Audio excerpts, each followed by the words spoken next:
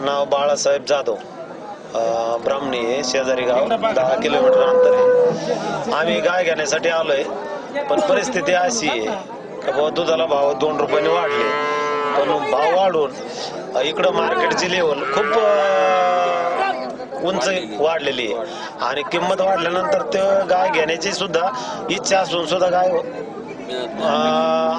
अपेक्षेप्रमाणे गाय मिळत नाही आणि दूध काढायचं किती, घालायचं किती, डेअरीकडून पैसे किती घ्यायचे आणि खुराकाच्या भाव लगेच वाढवून टाकले आणि त्याच्यामुळं हा व्यवसाय काय परवडण्यासारखा वाटत नाही. पण त्याच्यातल्या त्याच्यात करायचं हातपा जीव जायना म्हणून हातपाय फोडायची वेळ, अशी परिस्थिती सध्याची तरी झालेली आहे. जवळजवळ 34 वर्ष झाले गायांचे व्यापार करतो. संकरित गायीचा व्यवसाय तसा चांगला बरं का.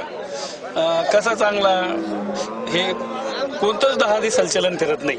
हे दुधाच्या दूध धंद्यातून दूध धंद्यावर जवळजवळ 70% शेतकरी अवलंबून होते इतके दिवस दूध. पण आता 1500च्या नोटामुळं थोडंसं बाजारावर परिणाम झाला, शेतकऱ्याला अडचणी आल्यात आणि मध्ये शासनाने दूध एकदम 15-16 रुपयावर केल्यामुळं हे शेतकऱ्यांनी खुराकाला याला त्याला ती गाई परवडणं ऐकल्या, काही कत्तल खाल करायला गेल्या. आता इकून तिकून दूध धंदे दिवस आलेत तर मार्केट बी वाढलंय समजा आणि 1500च्या नोटामुळे जास्त ते येऊ राहिलं. आता तरी व्यवहाराला थोडंसं असं एक शेतकऱ्याला कॅशलेस किंवा चेक जे शेतकरी ते घ्यायला तयार नाहीत, त्यामुळं व्यवहारात खूप अडचणी येऊ राहिल्या आता. आणि दूध धंद्याला दिवस चांगले आले पण चलन फिराना शेतकऱ्याचं असं दूध घालेली गाय परवडत नाही, मग ते चारा पाणी करून एक 4-2 महिन्यात ती काली ती तिचे डबल रुपये होतात. मग ज्याच्याकडे गाई गोठे ती पिळायसाठी ती गाई नेतात, व्यवसाय म्हणून करतात, ती विकायला आणली. असं शेतकऱ्याला कुठंतरी एक जोड धंदा म्हणून काहीतरी करतात गरीब असं. दुधाचा धंदा परवडतो आता परवडतोय. इथून मागे ना 15-16 रुपये भाव आहे, आता नाही. आता जवळजवळ 27-28 रुपये 3-5ला भाव देतात. आता परवडतो, पण असं टिकलं पाहिजे.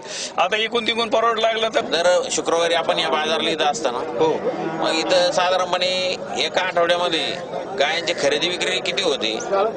साधारणतः एका हप्त्याला म्हणजे शुक्रवार साधारणतः 100-125 जनावर विकतात, गाय विकतात. हो. आणि हे गाय कोण घेतं? शेतकरी घेतात का आणखी काही व्यापारी असतात? काही परिसरातले खेडेपाड्यातले व्यापारी असतात, शेतकरी असतात, लांब लांबचे काही व्यापारी येतात. कुठून कुठून व्यापारी येतात साधारणपणे? सोलापूर, छत्तीसगड, हैदराबाद, आंध्र प्रदेश.